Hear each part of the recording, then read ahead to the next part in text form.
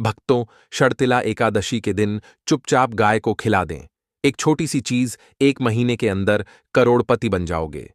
भक्तों, आज हम आपको ऐसी दुर्लभ जानकारी बताने जा रहे हैं। साल 2025 में पढ़ने वाली प्रथम एकादशी, शर्तिला एकादशी, बहुत ही महत्वपूर्ण और शक्तिशाली एकादशी है। पुत्रदा एकादशी का व्रत महिलाएं अपनी पुत्र की लंबी आयु के लिए रखती हैं।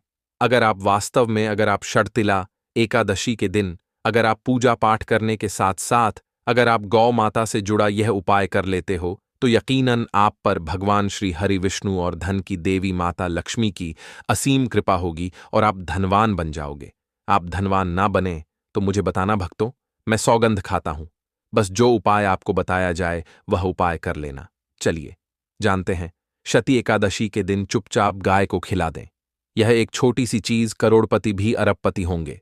सभी संकट और आसान से मुक्ति, मृत्यु दंड, पितृदोष तुरंत होगा। पूरे साल आपके भरे रहेंगे। अन्य धन के भंडार यूं कहें कि आपकी पीढ़ी दर पीढ़ी करेंगी। रूपों पैसों पर राज बैंक बैलेंस बढ़ता चला जाएगा। आपके घर में वेतन है, आपके घर की जो भी सेविंग है, आपकी तिजोरी में जो भी धन रखा हुआ है, वह कभी खर्च नहीं होगा और बढ़ता ही जाएगा। सभी दुख दर्द संकट कष्ट दूर हो जाएंगे, दूर, और सभी सुख आपके कदमों में आ जाएंगे। सभी सुख आपके कदम चूमेगी। यदि आप यह एक छोटी और खास चीज चुपचाप गाय को खिला देते हैं, तो तत्काल गरीबी आपके जीवन से खत्म हो जाएगी।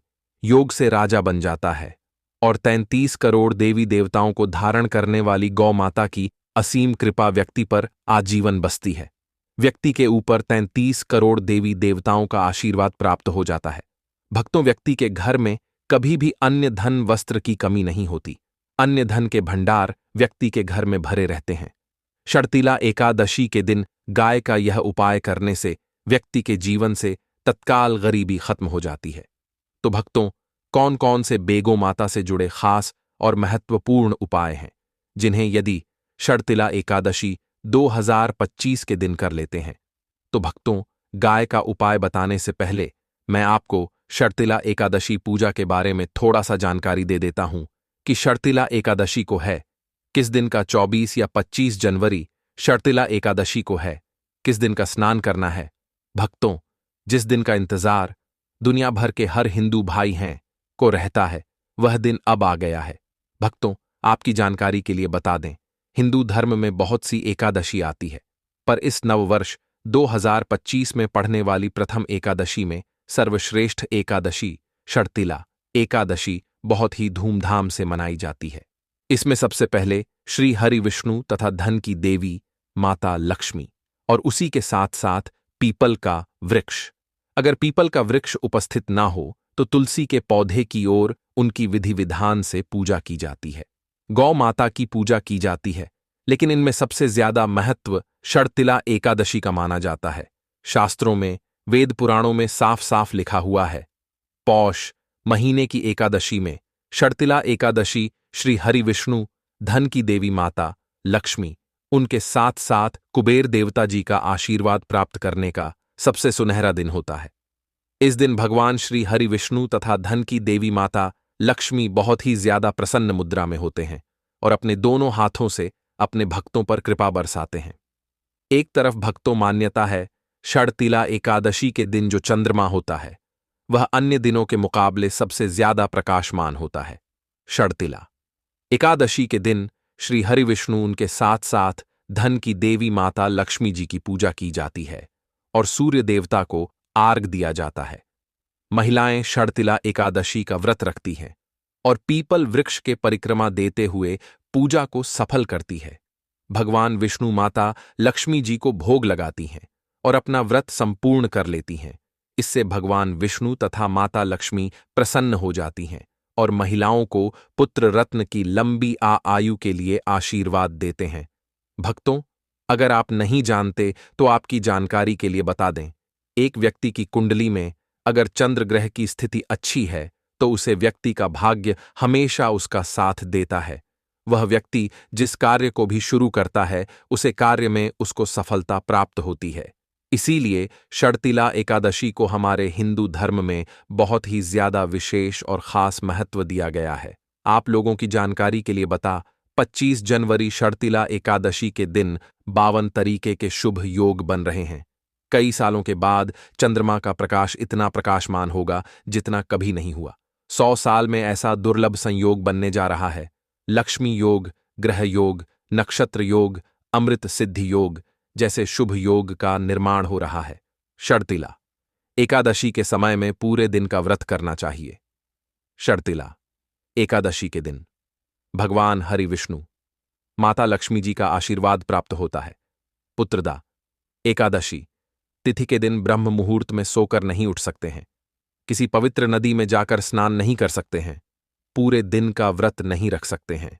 वैसे तो भक्तों शर्तिला एकादशी के दिन स्नान और प्रात का विशेष ही महत्व होता है, लेकिन इस दिन अगर आप ज्योतिष शास्त्र तंत्र शास्त्र के अनुसार एक गाय वाला उपाय विधि विधान से कर लेते हैं तो इस उपाय को करने के बाद साक्षात आपको श्री हरि विष्णु तथा धन की देवी माता लक्ष्मी जी का वह असीम आशीर्वाद, माता लक्ष्मी जी की कृपा से आपके नवग्रह आपका साथ देना शुरू कर देंगे। आपके राहु केतु की दशा अच्छी हो जाएगी, क्योंकि एक व्यक्ति के जीवन के भाग्य का राहु केतु का नियंत्रण श्री हरि विष्णु जी के हाथों में होता है। दूसरी तरफ इस उपाय का जिन्हें करने से आपके जीवन के जो भी दुख दर्द, संकट है या कामयाबी होने में कोई बधाई आ रही है, सभी से छुटकारा मिलने वाला है। यूं कहे कि आपके जीवन में अपार धन सुख, कभी भी धन से संबंधित परेशानी नहीं रहेगी और आपकी जिंदगी प्रबल हो जाएगी। धन प्राप्ति के योग्य बन जाएंगे और जीवन में सदैव अन्य धन के भंडार आपके घर में भर रहेंगे। अन्य धन वस्त्र कभी कमी नहीं होगी। आपको बता दें, इस शर्तिला एकादशी श्री हरि विष्णु तथा धन की देवी माता लक्ष्मी जी की पूजा के साथ साथ हनुमान जी, मंगल देवता और भगवान शनिदेव की भी पूजा जरूर करनी चाहिए। आपको बता दें कि इस दिन यदि आप हनुमान जी और मंगल देवता भगवान शनिदेव की पूजा करते हैं तो मंगल का ग्रह जनित दोष भी दूर हो जाता है। व्यक्ति के जीवन में धन सुख संपत्ति की प्राप्ति हो जाती है। समस्त मनोकामना व्यक्ति की पूर्ण हो जाती है। भक्तों, आपको हम बता दें कि ऐसी ज्ञानवर्धक जानकारी आपको हम पैसों में भी बांट सकते थे, पर हमारे चयन चैनल का मकसद है जनहित में जन कल्याण एवं जन सेवा करना। इसीलिए आपके लिए जो जानकारी बताते हैं वह फ्री में बताते हैं। इसलिए आप इस वीडियो को भी जरूर लाइक करें। और भक्तों, मैं आपसे एक अनुरोध और करना चाहूंगा कि आप अपनी राशि कमेंट बॉक्स में जरूर डाल दें, जिससे कि आपकी राशि के अनुसार हम आपको कुछ ऐसे उपाय बता सके जिससे आपको लाभ की प्राप्ति हो, क्योंकि हम राशि से जुड़े उपाय भी आपको बताते हैं। तो आप कमेंट बॉक्स में अपनी राशि हमें जरूर बताएं या अपना नाम बताएं, जिससे आपके लिए कुछ हम ऐसे उपाय बता सके। साथ में जय गौ माता अवश्य लिखें भक्तों। साथ ही से जो नए साल का एक उपाय तो जरूर करना है। गाय का उपाय बताने से पहले एक उपाय आपको बता दें। इस उपाय को लाइक जरूर करें। क्या करें कि शाम के समय पीपल के पेड़ के नीचे आपको सरसों का चौमुखी दीपक, आटे का दीपक बनाना है। चौमुखी दीपक में आगे की बाती लगाकर सरसों के तेल का दीपक देना है। आटे का दीपक बनाएं, जो मुख्य तेल डालें उसमें बाती ही डालें। लाल वाली कलावे की दीपक जला दें। 4-4 बाती लगाकर चारों दीपक मतलब 4 भाग उसके बन जाएं। हर एक भाग को जलाएं और बीच में 2 सबूत फूल वाले लौंग भी डाल दें। फिर देखिए कैसे चमत्कार आपके जीवन में होता है। शाम के समय जलाकर उसे छोड़े, मनोकामना मांगकर छोड़ दें।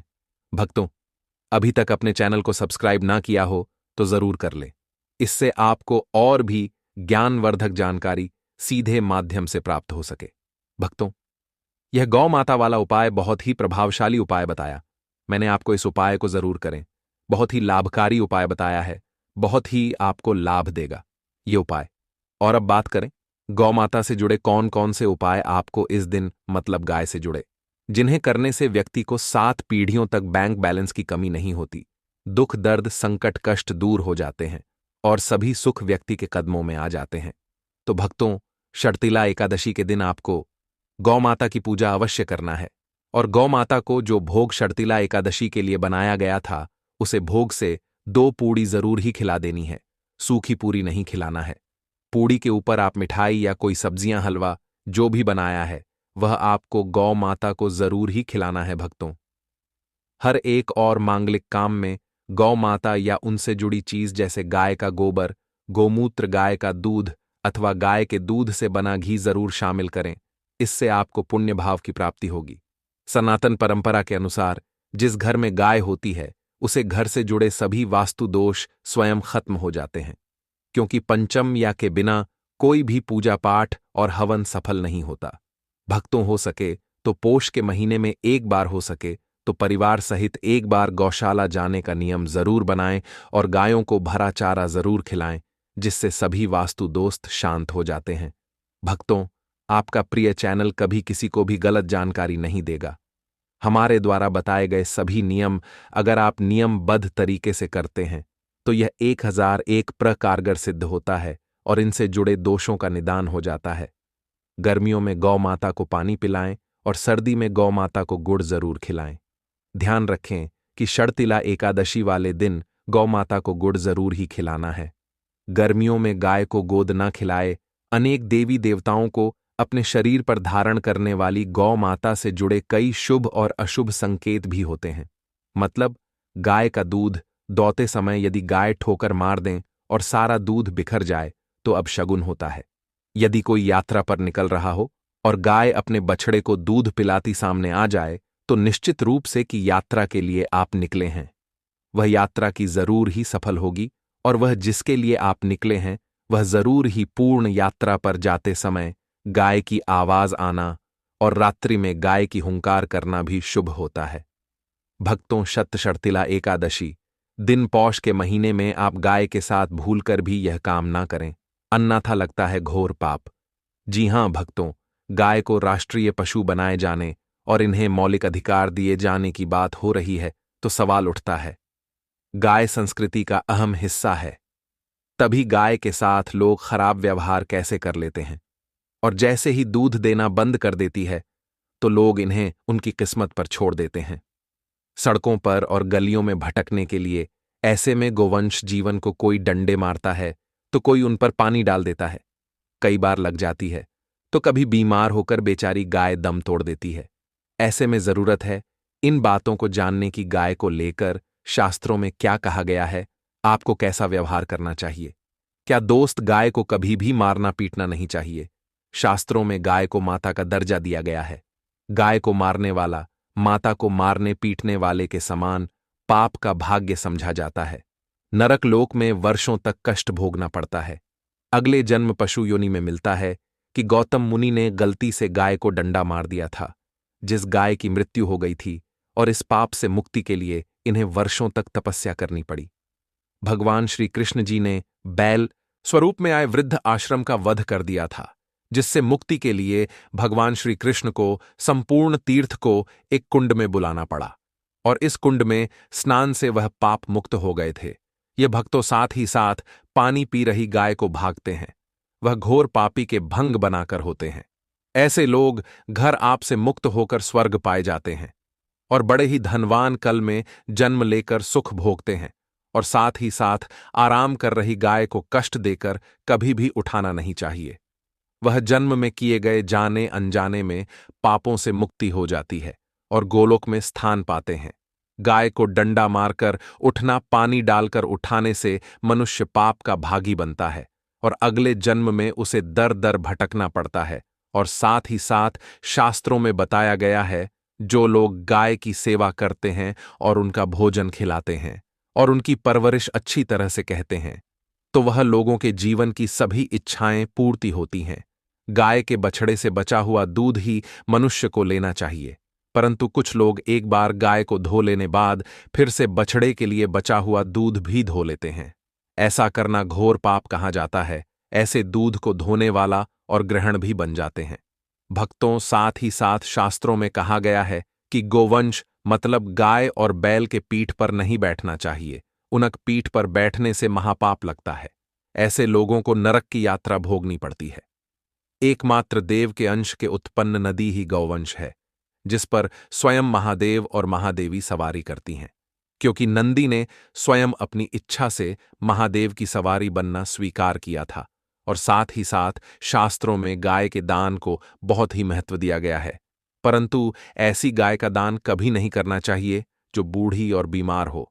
कठोपनिषद में नचिकेता की कथा भी इस संदर्भ में है कि जिस नचिकेता ने पिता द्वारा बूढ़ी गाय को दान करने पर आपत्ति जताई थी। दूध देने वाली और बछड़े सहित जो लोग गाय का दान करते हैं वह महान पुण्य को हासिल करके स्वर्ग में स्थान पाते हैं। भक्तों, साथ ही साथ सूर्य चंद्र मंगल या शुक्र की युक्ति राहु से हो तो पितृदोष होता है। यह भी मानता है कि सूर्य का संबंध पिता से एवं मंगल का संबंध रक्त से होने के सूर्य। यदि शनि राहु या केतु या दृष्टि हो तथा मंगल की युति राहु या केतु से हो तो पितृदोष होता है। इस दोस्त से जीवन संघर्ष में बन जाता है। यदि पितृदोष हो तो गाय को प्रतिदिन या किसी भी एक एकादशी को या षड़तिला एकादशी के दिन रोटी गुड़ चारा आदि खिलाने से पितृदोष भक्तों हर एक और मांगलिक काम में गौ माता या उनसे जुड़ी चीज जैसे गाय का गोबर, गोमूत्र, गाय का दूध अथवा गाय के दूध से बना घी जरूर शामिल करें। इससे आपको पुण्य भाव की प्राप्ति होगी। सनातन परंपरा के अनुसार जिस घर में गाय होती है उसे घर से जुड़े सभी वास्तु दोष स्वयं खत्म हो जाते हैं। गाय के ऊपर जो कूबड़ होती है वह बृहस्पति गुरु है। अतः जन्मपत्री में यदि बृहस्पति अपनी नीच राशि मकर में हो या अशुभ शिवलिंग में जा रहे हो और सामने से गौ माता आई हुई दिखाई दे तो गौ माता को अपनी दाहिनी ओर से जाने देना चाहिए। आपकी यात्रा जरूर ही सफल होगी और साथ ही साथ यह संकेत भी जान ले। यदि आप यात्रा पर जा रहे हैं और सामने आपके गाय पड़ जाएं अथवा अपने बछड़े को दूध पिलाती हुई सामने गए दिखाई दे जाए तो समझ जाना कि वह यात्रा आपके लिए जरूर ही सफल होगी। और साथ ही साथ जिस घर में गाय होती है उसमें वास्तु दोष स्वतः ही खत्म हो जाता है। और आप भी रोटी बनाएं, प्रतिदिन ताज़ी रोटी ही बनाएं। गाय को अगर आपने रोटी बनाई है तो कोशिश करें कि उसे रोटी को आप तुरंत ही गाय को खिला दें। अगर आप उसे रोटी को रख देंगे और उसे रोटी को अगले दिन देंगे तो वह रोटी बंसी मानी जाएगी। गाय को कभी भी बासी रोटी ना दे। इसे घर में नकारात्मक ऊर्जा वास करती है और आपकी बिल्कुल भी नहीं बनेंगे। इससे आपके घर में हमेशा दर्द देवता का वास रहेगा और आप जिस भी कम उसे काम में आपको हमेशा असफलता ही हाथ लगेगी। इसलिए कोशिश करें गाय को रोजाना ताज़ी रोटी बनाकर खिलाएं। बासी रोटी गाय को ना दें और साथ ही साथ सड़ी गली चीज गाय को नहीं खिलानी चाहिए कि घर में कोई फल है, कोई सब्जी है, सड़ जाए तो लोग क्या करते हैं, गाय को देते हैं। नहीं, ऐसा नहीं करना चाहिए। ऐसा करने से यदि आप गाय को खिलाते हैं तो और आप आपके भाग्य बन जाते हैं। और साथ ही साथ आप आटे की 11 लोई यहां बनाकर उनके ऊपर हल्दी लगा करके इसके बाद गाय को खिलाएं। हर एक लोही को मिला दे माता, गाय की आप चरणों की स्पर्श करें। या भक्तों, ऐसा करने से आपके समस्त काम बनने लगेंगे। जो 2 हक का समय चल रहा है वह भी खत्म होगा। आपके जीवन में खुशियां ही खुशियां होंगी। और एक बार आप 7 बार गाय की परिक्रमा भी कर लें तो आपके समस्त कम होंगे। और साथ ही साथ आप गाय को जब भी रोटी दे, रोटी पर या तो आप थोड़ी हल्दी लगा लें, अगर अच्छा ना हो तो आप थोड़ा रख सकते हैं, थोड़ा घी रख सकते हैं। या भक्तों, गाय को कभी भी सूखी रोटी ना खिलाए। सूखी का मतलब गए रोटी रखें, उसे पर कुछ ना कुछ रखकर खिलाएं। हल्दी रख ले मिश्री की या जो भी रख ले, मतलब खाली रोटी नहीं खिलानी। इस बात का जब भी आपको शुभ फलों की प्राप्ति होगी। जी हां भक्तों, उपाय कुछ बातें जिन्हें आपको ध्यान में जरूर रखना चाहिए। या भक्तों, वीडियो अच्छी लगी हो, वीडियो को लाइक करें और चैनल को सब्सक्राइब कर लेना।